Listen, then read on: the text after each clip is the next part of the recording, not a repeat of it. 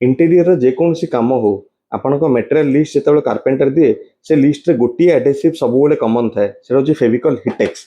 ए हिटेक्स एमती कौन स्पेशल अच्छी जे सबू प्रोजेक्ट रे एटा रिक्वायरमेंट हुए चलतु जाना। Fevicol SpeedX marine SH hyper Hyperstar जेकोसी एडेसिव हो सेटा हूँ वाटर बेस्ड एडेसिव से पीवीए एडेसिव कुआ जाए।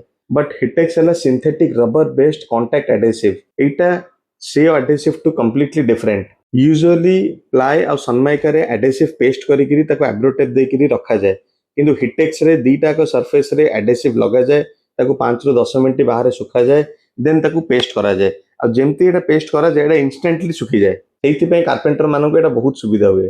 कारपेंटर माने हिटेक्स को भल पाती कारण एथिरे मास्किंग टेप किंबा कंटार रिक्वायरमेंट रुहेने जोटा आपण साइड रे दिया जाए एटा वंस पेस्टिंग हेगला माने इंस्टेंटली सुखी जीवो। हिटेक्स रो sizes half KG 1 KG 2 KG आ 5 केजी पैकिंग रे मिल जिवो।